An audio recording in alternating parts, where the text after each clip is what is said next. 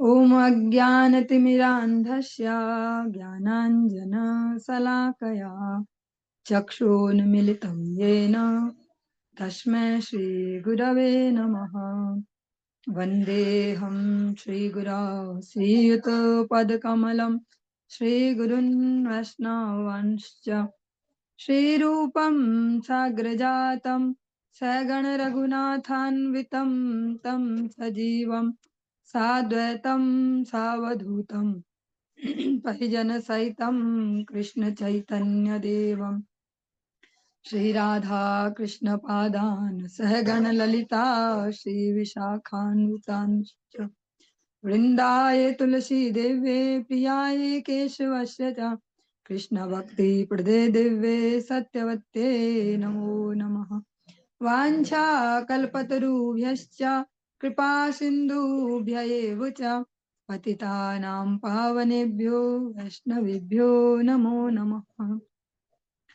जय श्री कृष्ण चैतन्य प्रभु नित्यानंद श्री अद्वैत गदाधर शिवासादि गौर भक्त वृंद। हरे कृष्ण कृष्ण कृष्ण हरे हरे, हरे राम राम राम हरे हरे। सर्वप्रथम भगवान के अभिन्न प्रकाश विग्रह श्री गुरुपाद पद्म पूज्य पात्र दंडी स्वामी अष्टोत्तर सत श्रीमद भक्ति प्रसाद विष्णु गोस्वामी गुरुदेव महाराज के पावन श्री चरण कमलों में असंख्य कोटि दंडवत ज्ञापित करते हुए उनकी अहेतु की कृपा प्रार्थना करती हूँ। वे अपनी कृपा वर्षण करें जिससे निज कर्ता अभिमान भाव को छोड़कर एकमात्र उनकी वाणी के वाहक के रूप में अपना परिचय दे सकूं। परम गुरुदेव नित्य लीला पृष्ठों विष्णुवास शिशुमद भक्ति दैत माधव गोस्वामी महाराज परमेष्ठि गुरुदेव जगत गुरु भक्ति सिद्धांत सरस्वती गोस्वामी ठाकुर प्रभुपाद व समस्त गुरु परंपरा जयुक्त हूँ। सपार्षद श्रीमन नित्यानंद प्रभु श्री गौर हरि वृंदावन विहारी श्री राधा गोपीनाथ भगवान जयुक्त हूँ। ये हम सभी पर अपने कृपा वर्षण करें जिससे भगवान के पवित्र नाम भक्त हरि गुरु वैष्णव सेवा में हम सभी की रुचि उत्पन्न हो सके। आज की इस प्रातःकालीन कक्षा में हम श्रवण कर रहे हैं ग्रंथराज श्रीमद् भागवतम के अंतर्गत 12 स्कंध उसका 8वां अध्याय और आज इसके जो 47वां श्लोक है 47 नंबर श्लोक इससे हम प्रारंभ करने जा रहे हैं। ओम नमो भगवते वासुदेवाय, ओम नमो भगवते वासुदेवाय, ओम नमो भगवते वासुदेवाय।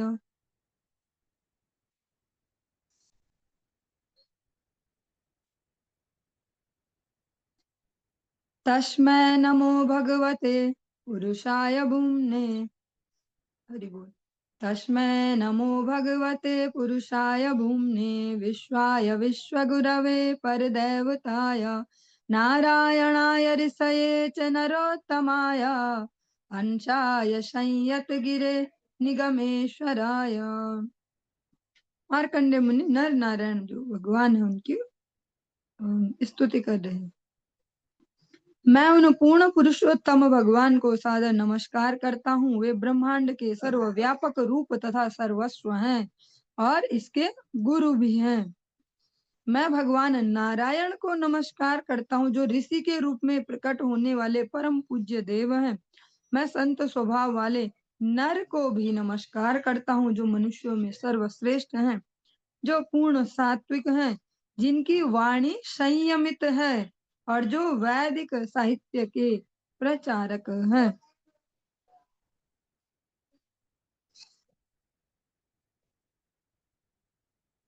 यम वै न वेद वितथाक्ष पथैर ब्रह्मद्धिः संतं स्वकेष्वसु हृदपि दृक्पथेषु तन्मायया वृत्तिमतिः स उ एव साक्षात् आद्यस्तवाखिल गुरोरुपसाद्य वेदम। भौतिकवादी की बुद्धि उसकी जो एक प्रकार से धोखा देने वाली जो इंद्रियां हैं उनकी क्रिया से विकृत रहती है, इसलिए वह आपको तनिक भी पहचान नहीं पाता। यद्यपि आप उसकी इंद्रियों तथा हृदय में और उसकी अनुभूति की वस्तुओं में सदैव विद्यमान रहते हैं।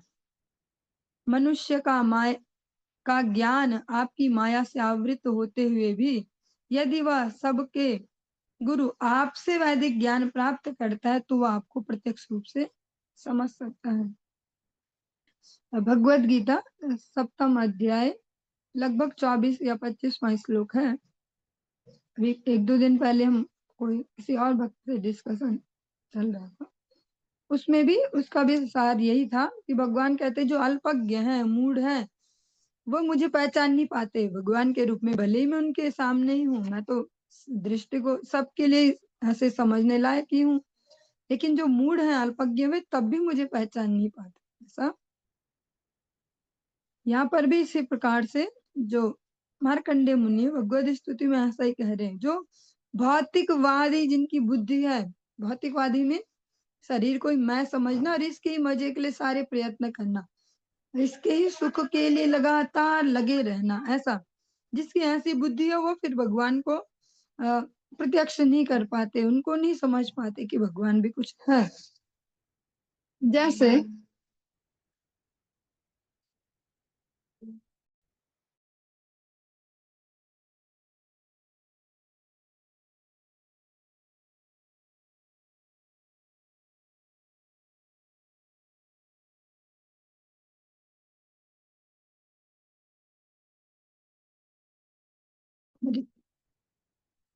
जो इस प्रकार के लोग हैं, मूढ़ और अल्पज्ञ कैटेगरी, मूढ़ और अल्पज्ञ किन्हें कहा जा रहा है? जैसे इस दुनिया में तो हम उनको बोलते हैं ना, जो कुछ बेचारे सरल से रहते हैं, जिन्हें ज्यादा दुनियादारी समझ में नहीं आती, उनको लोग बोल देते हैं लोकल भाषा में ऐसे मूर्ख है वो, बिल्कुल वैसा सही सीधा सा है, उसको कुछ ऐसा। लेकिन यहाँ ऐसा नहीं है, यहाँ वे हैं जो अति चतुर हैं, केवल अपने भौतिक जो स्वार्थ है उनकी सिद्धि में ही लगे रहते हैं, उस कैटेगरी को कहा गया। वे कभी भी भगवान को नहीं समझ पाते। ऐसे में बहुत ही प्रैक्टिकल एग्जाम्पल है दुर्योधन का। दुर्योधन बचपन से भी जानता ही है, उनके बारे में सुनता है, जो भी भगवान की कुछ लीलाएं घटित होती हैं वो सब जगह व्याप्त होती है, और रिश्तेदारी में भी है उनके एक प्रकार से संबंध में तो सब न्यूज पहुंच जाती है। सारे पांडवों को बचपन से उनकी माता ने जो शिक्षा दी, उनको क्लियर है कि श्री कृष्ण भगवान है, ऐसा। लेकिन ठीक इसके विपरीत कौरवों को कोई फर्क नहीं पड़ता, और हमेशा ही, यहाँ तक कि श्री भगवान स्वयं संधि प्रस्ताव लेके भी चले गए दुर्योधन के पास, तभी दुर्योधन उनकी बात समझने की बजाय, जैसे हम तो कहते हैं ना भगवत गीता जो सुनेगा भगवान की वाणी तो मन बदल जाएगा, पर वो तो भगवान के मुख से ही सुन रहा था कि संधि कर ले भैया, शांति कर ले, तब भी फर्क नहीं पड़ा। उल्टा भगवान को सिपाहियों को आदेश देता है कि पकड़ लो इस वासुदेव को, ऐसे। तब भगवान उसको वहीं अपना विराट स्वरूप दिखाते हैं, लेकिन तब भी उसको कोई फर्क नहीं पड़ता, तब भी उसकी मूढ़मति में नहीं घुसता कि ये श्री भगवान है, कहा मैं इनसे पंगा लेने जा रहा हूँ, हाँ, कहा मैं जो इनकी रक्षा में है उनसे कहा युद्ध करने जा रहा हूँ, तब भी समझ में नहीं आता। क्यों? क्योंकि इतना तमोगुण से आच्छादित बुद्धि है, केवल मेरा सुख, बस मेरा सुख, मेरा सुख, ऐसा मुझे मजा आना चाहिए, मैं राजा बनूं, मेरे ठाट, मेरा ये सारी सत्ता मेरी, सारी शक्ति मेरे पास, ऐसे इतना ज्यादा। कामातुराणाम न भयम न लज्जा, अर्थातुराणाम न गुरुम न बंधुम। ऐसे ही दुर्योधन के लिए न तो भीष्म देव का कुछ अस्तित्व है, न किसी का, द्रोणाचार्य आदि किसी का भी। उसको वो ऐसे ही लगते हैं कि हम पे आश्रित है, हमारा खा रहे हैं बस, ऐसा टाइप। अंदर से तो यही बुद्धि है, बाहर से चाहे कितने प्यार से बोले पिता हम आपको प्रणाम, ऐसा वैसा। ऐसे व्यक्ति भगवान को नहीं समझ पाते। जो उसकी बुद्धि होती है, उसके इंद्रियों की जो क्रियाएं हैं उनसे डंप हुई रहती है, उससे ढकी रहती है, इसलिए वो भगवान को नहीं पहचान पाते। मनुष्य का ज्ञान आपकी माया से आवृत होते हुए भी यदि वह सबके गुरु आपसे वैदिक ज्ञान प्राप्त करता है तो वह आपको प्रत्यक्ष रूप से समझ सकता है, वो भगवान को समझ पाएगा इस ज्ञान को ले। पर जो ये इस कलयुग की कहें या जो भी ऐसे जो इस प्रकार के जड़ बुद्धि है, वे तब भी नहीं समझते, उनका तो यही है कि कोई साधु उन पे अहेतु की कुछ कृपा कर दे, तभी कुछ चमत्कार घट पाए, वरना इतना आसान नहीं है। यद्दर्शनं निगम आत्मरः प्रकाशं मुह्यन्ति यत्र कवयोज परायतन्तः तं सर्ववाद विषय प्रतिरूपशीलं वंदे महापुरुषमात्मनिगूढ़ बोधम। हे प्रभु, केवल वैदिक ग्रंथ ही आपके परम स्वरूप का गुह्य ज्ञान प्रकट करने वाले हैं। अतएव ब्रह्मा जैसे महान विद्वान भी अनुभव मूलक विधियों द्वारा आपको समझने के प्रयास में मोहित हो जाते हैं। हर दार्शनिक अपने विशेष चिंतन परक निष्कर्ष के अनुसार आपको समझता है। मैं उन परम पुरुष की पूजा करता हूँ जिनका ज्ञान बद्ध आत्माओं के आध्यात्मिक स्वरूप को आवृत करने वाली शारीरिक उपाधियों से छिपा हुआ है। एक बहुत संवेदनशील बात मार्कंडेय मुनि कहते हैं कि जैसे हम कहते हैं ना कि भैया मैं तो अपने अनुभव के आधार पे डिसीजन लेती हूँ, ऐसे मार्कंडेय ऋषि कह रहे हैं कि ब्रह्मा जी जैसे जो महान महान विद्वान है, वो भी अगर अपने पर्सनल अनुभव के द्वारा आपको समझने का प्रयास करते हैं तो वे भी मोहित हो जाते हैं। ऐसे कैसे बोला और कहाँ पे दिखता है ऐसा? कहाँ पे दिखता है? जहाँ पे होते ब्रह्म मोहन लीला, ऐसे ब्रह्मा जी को मोहते हैं भगवान। ब्रह्मा जी ने वो अपना ही एक्सपीरियंस तो लिया, इतने छोटे छोटे बच्चों का, और जूठा भी खा रहा, मुंह के अंदर का भी। एक तो जूठा ये होता है थाली में से कि थाली में से उठाया, एक मुंह के अंदर जा चुका जो उसको भी खा रहा है, ऐसे गुलचे मार के उसको भी खा जाए ऐसे। तो वो अपना ही एक्सपीरियंस तो लिया था। यही कह रहे हैं कि वो अपने अनुभव से अगर आपको समझने जाए तो वो भी मोहित हो जाते हैं। फिर एक और एक्सपीरियंस लिया, अच्छा थोड़ा और चेक करता हूँ, इसके सब ग्वाल बाल, इसके दोस्त सब ये हटा देता हूँ यहाँ से और देखता हूँ, फिर यहाँ से और मुंह में ऐसे। यही कि अपने अनुभव से उन्हें समझना जाए तो ब्रह्मा जी जैसे उनकी बुद्धि चकरा जाती है।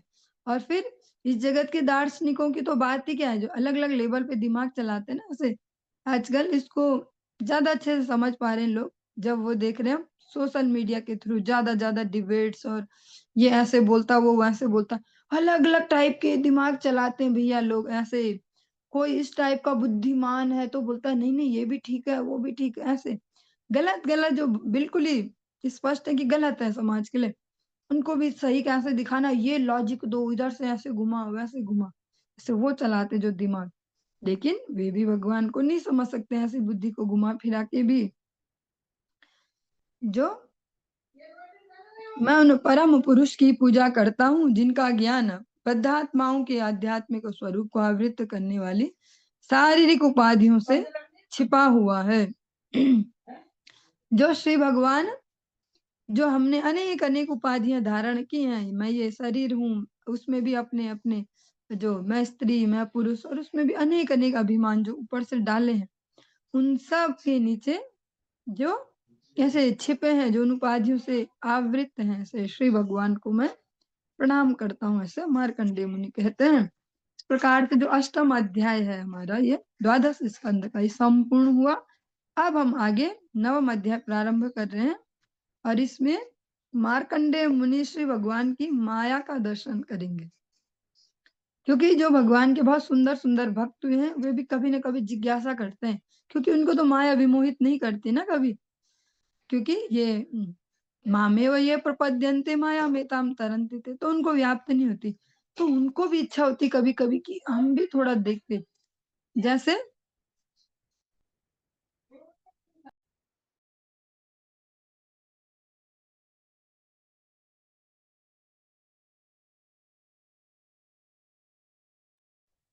जैसे आपने नारद जी का प्रसंग सुना होगा कि नारद जी एक बार बोलते कि मैं ना आपकी माया के दर्शन करना चाहता हूँ। भगवान बोलते तुझे क्या जरूरत है भैया, नहीं नहीं करने थे। तब वो सुना होगा कि नारद जी के जो विवाह वाला ऐसा कुछ चला है, ऐसी नगरी बना दी, ऐसा ऐसा कुछ, या ऐसे और भी एग्जाम्पल आते हैं कि एक बार उनको बोला नदी में जाओ स्नान करने, बाहर निकले तो देखा कुछ राज्य बन गया, वो राजा बन गए उनके, फिर प्रजा भी हो गई, पति पत्नी ऐसे बच्चे ये वो ऐसा तैसा खूब फैला साम्राज्य, और लास्ट में कुछ हुआ और सब डूबे ऐसा, फिर दुखी हो गए, फिर बाहर निकले सब गायब वापस से ऐसे। तो ऐसे भक्त भी कभी कभी इच्छा करते कि हम भी देखना चाहते हैं ना आपकी माया कैसे, हमने वो आनंद नहीं लिया वो ऐसा ही यहाँ मार्कंडे मुनि भी अभी लेंगे। सूता उवाच संस्तुतो भगवान् नित्यं मार्कण्डेयेन धीमता नारायणो नरसखः प्रीत आहा भृगुद्वहम्। श्रील सूत गोस्वामी ने कहा, नर के मित्र भगवान नारायण बुद्धिमान मार्कंडेय मुनि द्वारा की गई जो ये स्तुति से संतुष्ट हो गए, अतः वे उन श्रेष्ठ भृगुवंशी से बोले। जो मार्कंडेय मुनि भृगु ऋषि के वंश में उनको जन्म मिला। श्री भगवान उवाच भो भो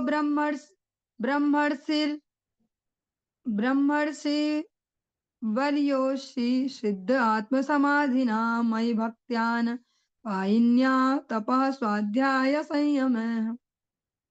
पूर्ण पुरुषोत्तम भगवान ने कहा, हे मार्कंडे, तुम सचमुच ही समस्त विद्वान ब्राह्मणों में श्रेष्ठ हो। तुमने परमात्मा पर ध्यान स्थिर करके तथा अपनी अविचल भक्ति, अपनी तपस्या, अपने वेदाध्ययन एवं विधि विधानों के प्रति अपनी तत्परता मुझ पर केंद्रित करते हुए अपने जीवन को सफल बना लिया है। मतलब उनका जो फोकस है वो भगवान पे ही है हमेशा। वयम ते परितुष्टाः स्म त्वद्बृहद् व्रतचर्यया वरम प्रतीच्छ भद्रम ते वरदोस्मि त्वदीप्सितम्।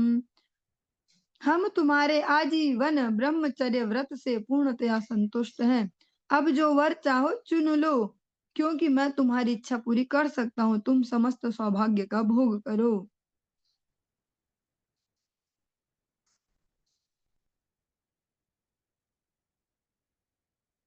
जो ये श्लोक है इसके तात्पर्य को हम श्रवण करते चलेंगे।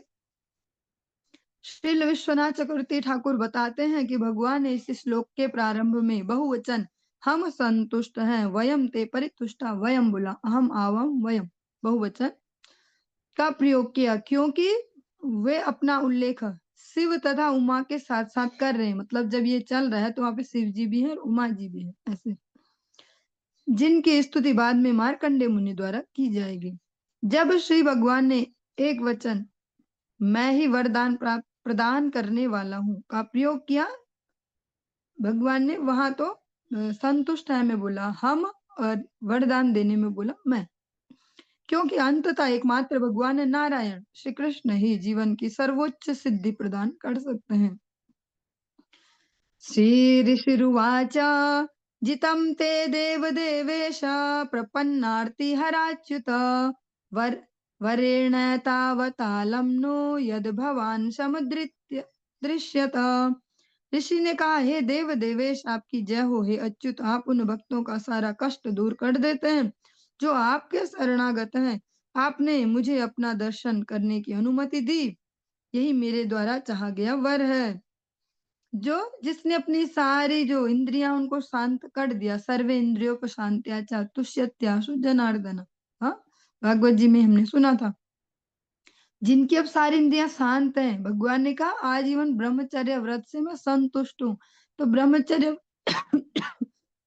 व्रत जब बोले तो ऐसे जो ऐसे फर्स्ट दृष्टि में जो प्रथम दृष्टिया लगेगा वैसे ही लगेगा, स्त्री पुरुष संबंध में ऐसे कहा जाता होगा ब्रह्मचर्य।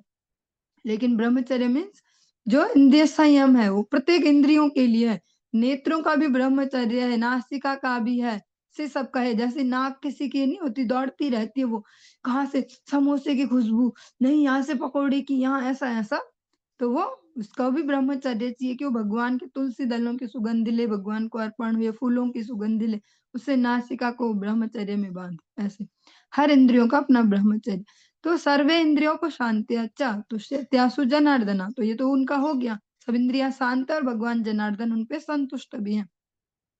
फिर भी भगवान अब ऑफर देते कि अगर आपको कुछ भोग चाहिए, इस जगत का कुछ भी चाहिए, तो आप मुझसे मांग सकते हो। क्योंकि अनेक अवसरों पे ऐसा देखा गया जहाँ ऐसी परिस्थितियां बनी, चाहे वो करदम मुनि के उस संबंध में देखे, जब उनको ग्रस्त में फिर जाना हुआ, उसमें भी इतने वर्ष तपस्या करने के पश्चात देवहूति मैया का जब दर्शन किया, उनसे उनकी जो सेवा है उससे प्रसन्न होकर फिर उनसे कहा कि आपकी कुछ इच्छा हो तो कह सकते हैं। तो बोलते अरे जो विवाह है वो हुआ तो था मेरा आपके साथ, ऐसा स्मरण करवाए।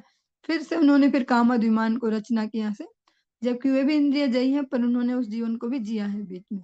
ऐसे भगवान यहाँ जो मार्कंडेय मुनि उनको बोलते कुछ मांग लो, ऐसे प्रहलाद जी को बोलते कुछ मांग लो, जो मांगो तुम। अगर वो कुछ भी मांगेंगे ना तो दे देंगे भगवान, पर वो कुछ भी उनकी बुद्धि में नहीं है कि वो वाला कुछ भी जो हम लोगों के सब है जीवन में। वो कहते हैं, हे देव देवेश आपकी जय हो, हे अच्युत कभी न नष्ट होने वाले प्रभु, आप भक्तों का समस्त कष्ट दूर कर देते हैं, जो आपके शरणागत है सबका ठेका नहीं लिया। ऐसे, क्योंकि कष्ट में तो सारी दुनिया है, भगवान किस किस के वहां इंटरफेयर करने जाएंगे, उनको ही ना, जो स्पेशली उनको प्रार्थना करें कि भैया आप इंटरफेयर करो हमारे जीवन में, तब जाके।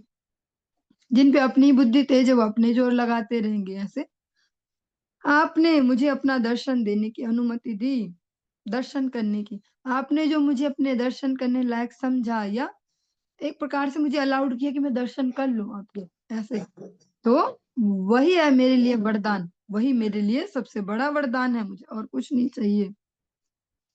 गृहीत्वा यादयो यस्या श्रीमत्पादाब्ज दर्शनम मनसा योग पक्वेन स भवान मेक्षि गोचरः।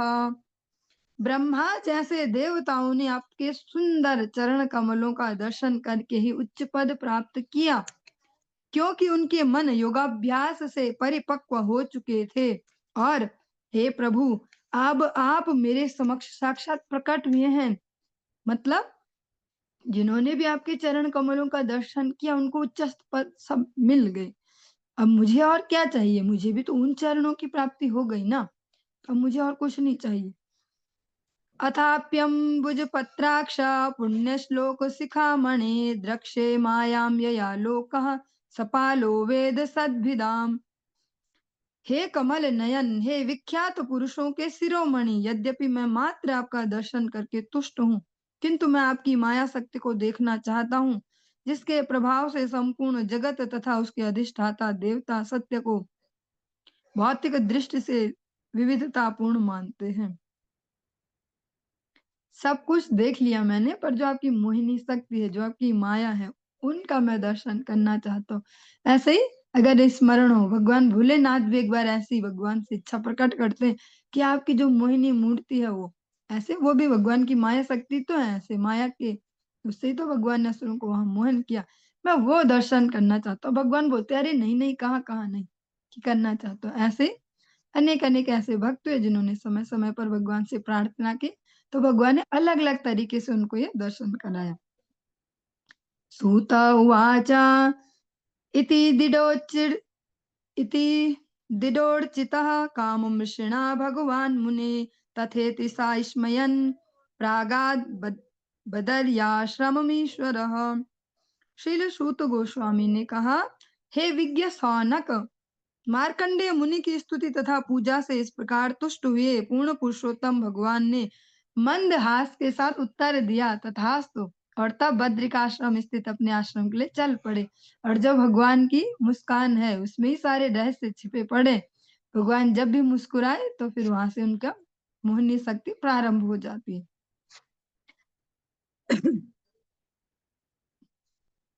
हाँ, यहाँ पे विश्वनाथ चक्रवर्ती ठाकुर का रेफरेंस देखिए, कहा गया कि भगवान अभी ये खेद पूर्वक हंस रहे हैं। ये विश्वनाथ चक्रवर्ती ठाकुर का यहाँ नाम दिया गया, उनका रेफरेंस कहा जा रहा है, क्योंकि भगवान तो चाहते हैं कि भक्त माया शक्ति से दूर रहे, लेकिन जो उनकी माया शक्ति को देखने की उत्सुकता है, कभी कभी वो फिर ऐसा कह सकते हैं भौतिक इच्छाएं आदि ऐसा कुछ मन में उगा सकते हैं। पर भगवान ने कहा ठीक है भैया, जैसे कोई होते हैं ना पेरेंट्स, कभी कभी पता है सर्दी में आइसक्रीम खाना बच्चे के लिए नुकसानदायक है, पर चल खा के देख लेंगे, ये तो फिर थोड़ा मैनेजेबल हो ही जाएगा, दवाई दिलवा दो, ऐसा कर दो कुछ, ठीक है। तमेव चिन्तयन्नर्थ मृषि स्वाश्रम एव सा वसन्नग्न्यर्क सो सोमाम्बु भूवायो वियदात्मसु ध्यायन् सर्वत्र च हरिं भावद्रव्यैर्पूजयत् क्वचितं पूजां विश्वस्मार प्रेम प्रसर संप्लुतः। मार्कंडेय मुनि श्री भगवान की माया का दर्शन करने की इच्छा के विषय में सदैव सोचते हुए अग्नि, सूर्य, चंद्रमा, जल, पृथ्वी, वायु, बिजली से तथा अपने हृदय में स्थित श्री भगवान का निरंतर ध्यान करते हुए अपने मन में कल्पित सहज सामग्री से उनकी पूजा करते हुए अपने आश्रम में रहते थे। किंतु कभी कभी भगवत प्रेम की तरंगों से अभिभूत होकर वे नियमित पूजन करना भी भूल जाते थे। ये कौन सी वाली स्थिति है जहाँ से हम सुनते ना, कर्माबाई वो इधर से दातून करते और उल्टी दातून से खिचड़ी ऐसे करते और भगवान तब भी खाते हैं। वो वाली कि जो इतना तादाद में है भगवान के साथ, पर वो हम जैसे जीवों पे फिट नहीं बैठेगा कि हम कर्माबाई, हम भी तो हैं, हम भी तो कितना प्यार करते हैं ठाकुर जी से, हम भी आज से क्या है ऐसी कुछ भी कर लेंगे और भगवान तो खाएंगे, हम इमेजिनरी अंदर से भक्ति जगाएंगे ऐसे रो। लेकिन नहीं हो पाएगा। क्यों? क्योंकि हमारे दिमाग वैसे नहीं, हमें सब होश है कि कौन हमारा 2 रुपया कौन ले गया, किसने ऐसे किया, किसने वैसे किया, तो हमारे साथ फिट नहीं होगा फॉर्मूला। हमारे लिए वही है, गुरु वैष्णव के अनुगत्य में, उनके अनुशासन में वैधि भक्ति ठीक से करे, उनकी कृपा से वे अधिकार हमारा उन्नत करेंगे तो कभी राग मार्ग में कभी प्रवेश मिलेगा, कभी, अभी नहीं। तो हमारे लिए वही, और ऐसा नहीं है कि वो शुष्क होगी वो वैधि भक्ति, उसमें भी पूरा आनंद है, सुसुखम कर तो अव्ययम ऐसा। पर जो कभी कभी मार्कंडेय मुनि अपने इस तादात्म्य में जो डेली का उनका नियमित जो प्रक्रिया है उसको भी भूल जाते हैं। तस्य कदा भृगुश्रेष्ठा पुष्पभद्रा तटे मुनेः उपासीनस्य संध्यायां ब्रह्मन् वायुर्भून्महान्। हे ब्राह्मण सौनक, हे भृगुश्रेष्ठ, ये भी जो सौनक जी है ये भी भृगुवंश के हैं। एक दिन जब मार्कंडेय मुनि पुष्पभद्रा नदी के तट पर संध्याकालीन पूजन कर रहे थे तो सहसा तेज वायु चलने लगी। तम तं चण्डशब्दं समुदीरयन्तं बलाहका अन्व भवन्करालाः अक्षस्थविष्ठा मुमुचुस्तडिद्भिः स्वनन्त, हरि बोल, स्वनन्त उच्चैरभिवर्षधाराः। उस वायु ने भयंकर नाद उत्पन्न किया, ध्वनि, और अपने साथ भयावने बादल लेती आई जिनके साथ बिजली तथा गर्जना भरी गड़गड़ाहट थी और जिन्होंने सारी दिशाओं में गाड़ी के पहियों जितनी भारी मूसलाधार वर्षा की। ततो व्यादृश्यन्त चतुः समुद्राः समन्ततः लमार्गशन्तः समीरवेगोर्मिभिरुग्रन महाभयावर्त गभीर घोषाः। तब सभी दिशाओं में 4 महासागर प्रकट हो गए जो वायु से उमड़ती हुई लहरों से पृथ्वी की सतह को निगल गए। इन महासागरों में भयानक मगर थे, भयानक भंवरें थी और अमांगलिक गर्जन हो रहा था। अंतर बहिश्चद्भिर्द्युत भरतिभ्यखरैः सतहृदाभिरूप तापितं जगत् चतुर्विधं वीक्ष्य सहात्मना मुनिर् जलाप्लुतां क्षमां विमनः समत्रसत्।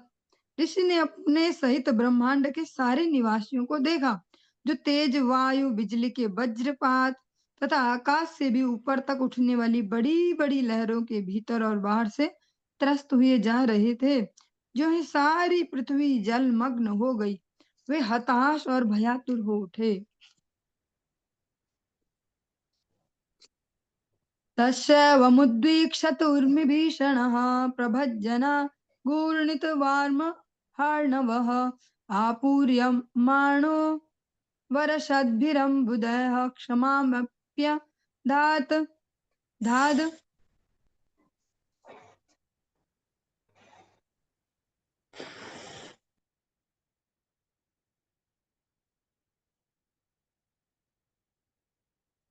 क्षमामप्यधाद द्वीपवर्षाद्रिभीषमम्। मार्कंडेय मुनि के देखते देखते बादलों से हो रही वर्षा समुद्र को अधिकाधिक बढ़ती रही जिससे महासागर के जल ने अंधड़ द्वारा भयानक लहरों के उठने से पृथ्वी के द्वीपों, पर्वतों तथा महाद्वीपों को प्लावित कर दिया। शक्ष्मान्तरिक्षं सदिवं सभागणं त्रैलोक्यमासीद सह दिग्भिराप्लुतं स एक एवोर्वरितो महामुनिर्बभ्राम विक्षिप्य जटाजडान्धवत्। जल ने पृथ्वी, अंतरिक्ष, स्वर्ग तथा स्वर्गीय क्षेत्र को आप्लावित कर दिया। वास्तव में सारा ब्रह्मांड सभी दिशाओं में जलमग्न था और उसके सारे निवासियों में से एकमात्र मार्कंडेय मुनि ही बचे थे। उनकी जटाएं छितरा गई थी और ये महामुनि जल में अकेले इधर उधर घूम रहे थे, मानो मूक व अंधे हों, जैसे गूंगा और अंधा व्यक्ति हो, ऐसे लग रहे थे। क्षुत्रिट परितो मकर गिलैर उपद्रुतो वीचिन भस्तवताहतः तस्मस्य पारे पतितो भ्रमन् दिशो न वेद खम्गाम च परिश्रमेशितः। भूख प्यास से सताए दैत्याकार मकरों तथा तिमिंगिल मछलियों द्वारा हमला किए गए तथा वायु और लहरों से त्रस्त वे उस अपार अंधकार में निरुद्देश्य घूमते रहे जिसमें वे गिर चुके थे। जब वे अत्यधिक थक गए तो उन्हें दिशाओं की सुधि न रही और वे आकाश तथा पृथ्वी में भेद नहीं कर पा रहे थे। अंतर पता नहीं चल रहा था पृथ्वी और आकाश का, क्योंकि सब जगह जल ही जल हो रखा प्रलय का।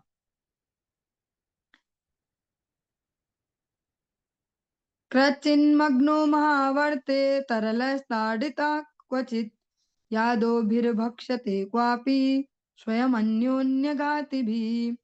क्वचिच्छोकं क्वचिन्मोहं क्वचिद्दुःखं सुखं भयं क्वचिन्मृत्युमवाप्नोति व्याध्याधिविरुताड़ितः।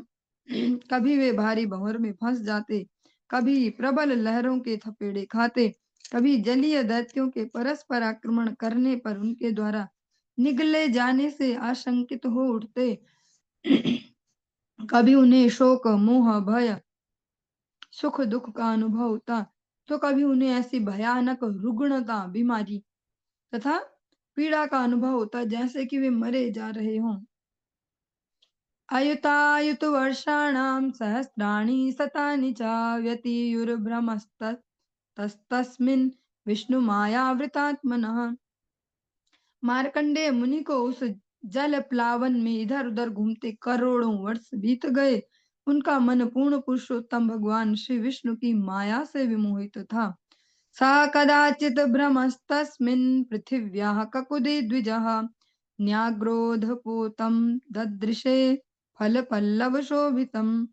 एक बार सहसा जल में विचरण करते हुए ब्राह्मण मार्कंडेय मुनि ने एक छोटा द्वीप देखा, जिसको टापू कहते हैं, से जल के बीच में थोड़ा सा कुछ स्थल जैसा, जिस पर एक छोटा बरगद का पेड़ खड़ा था जिसमें फल फूल लगे थे।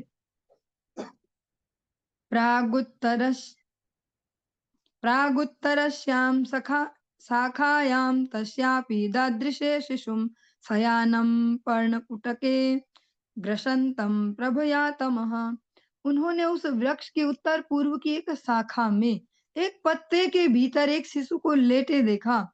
इस शिशु का तेज अंधकार को लील रहा था, अंधकार को खाते जा रहा था।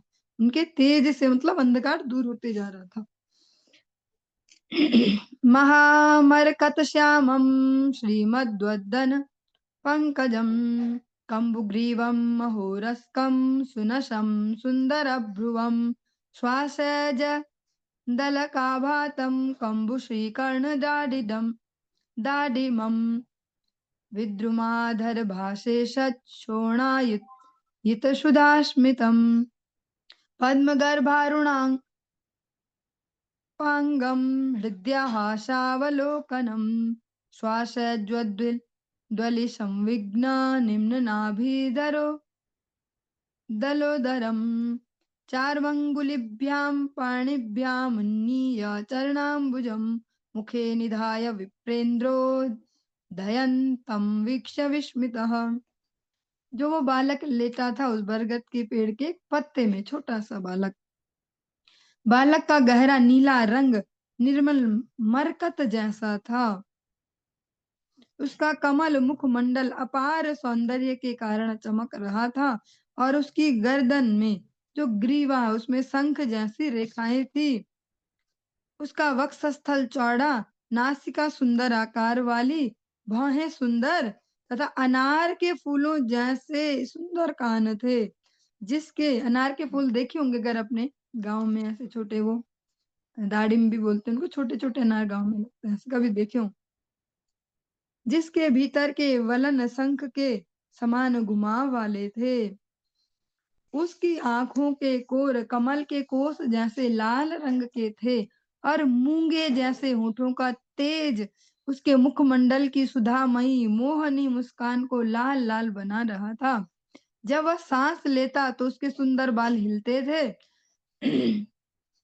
और गहरी नाभि उसके बरगद के पत्ते, हरि बोल, और गहरी नाभि उसके बरगद के पत्ते जैसे उदर की जो उसपे त्वचा है उसके हिलते वलनों से वक्र हो जाती। वह ब्राह्मण श्रेष्ठ आश्चर्य से उस बालक को देख रहे थे और वह शिशु अपने एक चरण कमल को अपनी सुंदर सुंदर उंगलियों से पकड़कर अपनी पादांगुली को अपने मुख में डालकर चूसने लगा। जिसको हम जो गोविंद माधव जो स्तोत्र में सुनते हैं, करार विंदे न पदार विंदम मुखार विंदे विनिवेशयन्तम वटास्य पत्रास्य पुटे शयानम बालम मुकुंदम मनसा स्मरामि। ऐसा यही स्वरूप ये मार्कंडे मुनि ने दर्शन किया।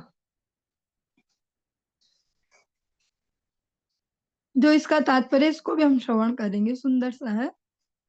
यह शिशु स्वयं श्री भगवान था। श्री विश्वनाथ चक्रवर्ती ठाकुर के अनुसार भगवान श्री कृष्ण को आश्चर्य हुआ, इतने भक्तगण मेरे चरण कमल के अमृत के लिए लालायित रहते हैं, अतः मैं स्वयं उस अमृत का अनुभव क्यों न करूं। इस तरह एक सामान्य बालक की तरह खेल रहे श्री भगवान ने अपना अंगूठा चूसना प्रारंभ किया। जैसे देखे होंगे कुछ बच्चे अंगूठा चूसते हैं हाथ का ऐसे, उनको पूछो कि क्या मजा आता है तो उनको मजा आता है उसमें, वो बोलते कुछ निकलता है, दूध निकलता है या मीठा पानी, जो भी उनको रस आता है। ऐसे ही आज भगवान भी अपना जो चरणामृत है उसको खुद ही पान कर रहे हैं कि भक्तों को क्या आनंद आता है इसमें, तो मैं भी चूसता हूँ। ऐसा भाव दिया गया, विश्वनाथ चक्रवर्ती ठाकुर का रेफरेंस दिया है।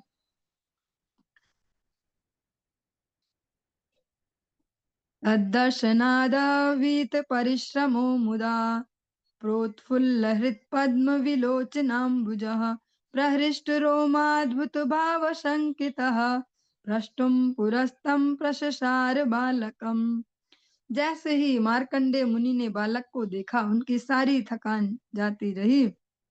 वास्तव में उनको इतनी अधिक प्रसन्नता हुई कि उनका हृदय तथा उनके नेत्र कमल की भांति पूरी तरह प्रफुल्लित हो उठे और उन्हें रोमांच हो आया। इस बालक की अद्भुत पहचान के विषय में शंकित मुनि के पास पहुंचे कि है कौन ये। हाँ, तो पास में गए। तावच्छिशोर्वे श्वसितेन भार्गवः शोन्तः शरीरम् अशको यथा विशत् तत्राप्यदोऽन्यश्यत् न्यस्तमचष्ट कृष्णसो यथा पुरा मुह्यदतीव विस्मितः। तभी उस शिशु ने श्वास ली, श्वास भरी ऐसे, जिससे मार्कंडे मुनि मच्छर की तरह उनके शरीर के भीतर खींचे गए, श्वास के साथ ही अंदर। जैसे कभी कभी होता है, हमने ये तो प्रैक्टिकली भी अनुभव है ना, कहीं हम चल रहे होते गर्मियों में शाम में, अचानक कोई पतला सा ऐसे छोटा सा मच्छर भी नहीं होता, वो ऐसा बारीक सा कीड़ा ऐसा आंग में घुस जाता है, कभी कोई मुंह में ही घुस जाता है, ऐसा सबने लिया ही होगा कभी ना कभी एक्सपीरियंस। ऐसे ही वो भी उनके श्वास के साथ खींचे चले गए। वहां पर ऋषि ने संपूर्ण ब्रह्मांड को प्रलय के पूर्व की स्थिति में सुव्यवस्थित पाया। प्रलय से पहले जैसा था ब्रह्मांड वैसा। यह देखकर मार्कंडे मुनि अत्यधिक आश्चर्यचकित तथा विस्मित हो गए।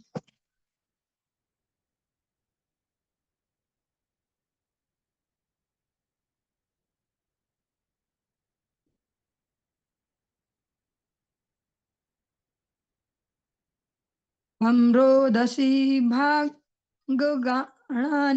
दृक्षागरान द्वीपान सवर्षान् ककुभः सुरासुरान् वनानि देशान् सरिता पुराकरान् खेटान् वज्राना श्रमवर्णवृत्तयः महान्ति महान्ति व्रजाना श्रमवर्णवृत्त हरि बोल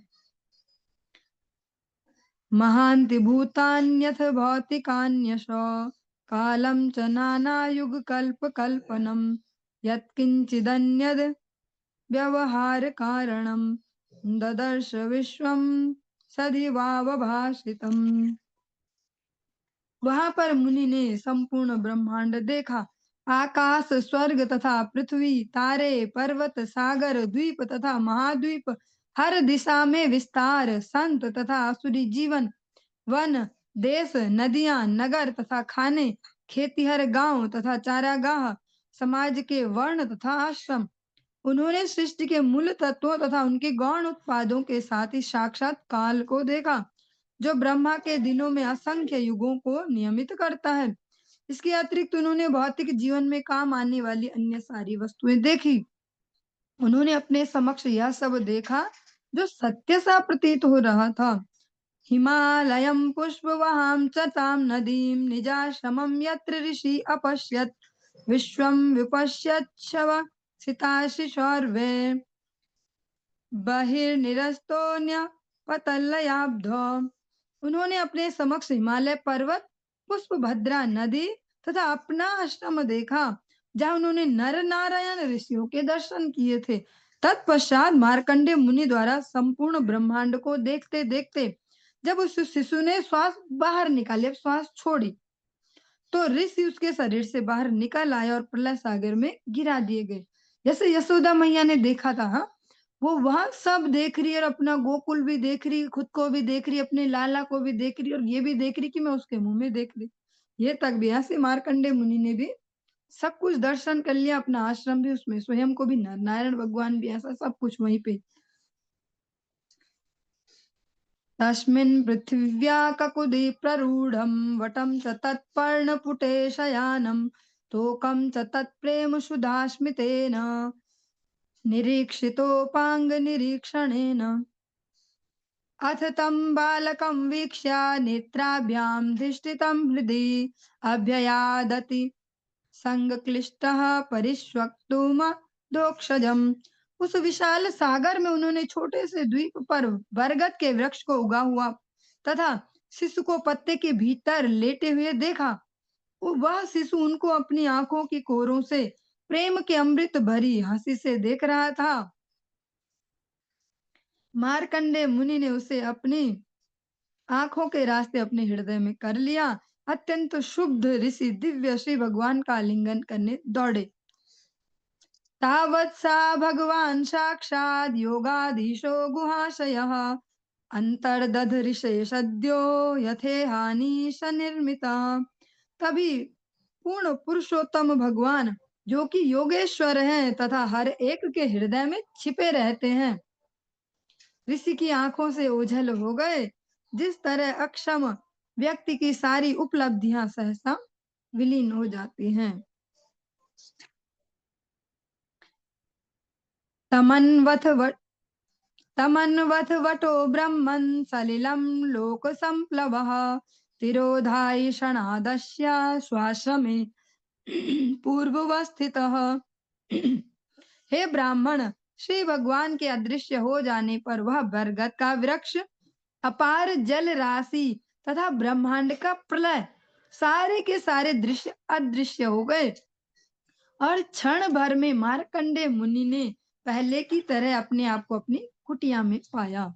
सब कुछ गायब हो गया, क्योंकि उनको तो वो दर्शन करना था ना। अब उन्हें पता नहीं था किस फॉर्म में, किस तरीके से दर्शन होगा, पर आपकी माया देखनी है हमें, तो भगवान ने ऐसे दिखाई।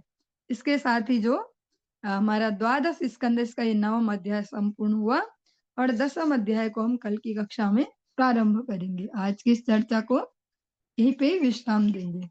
हरे कृष्णा।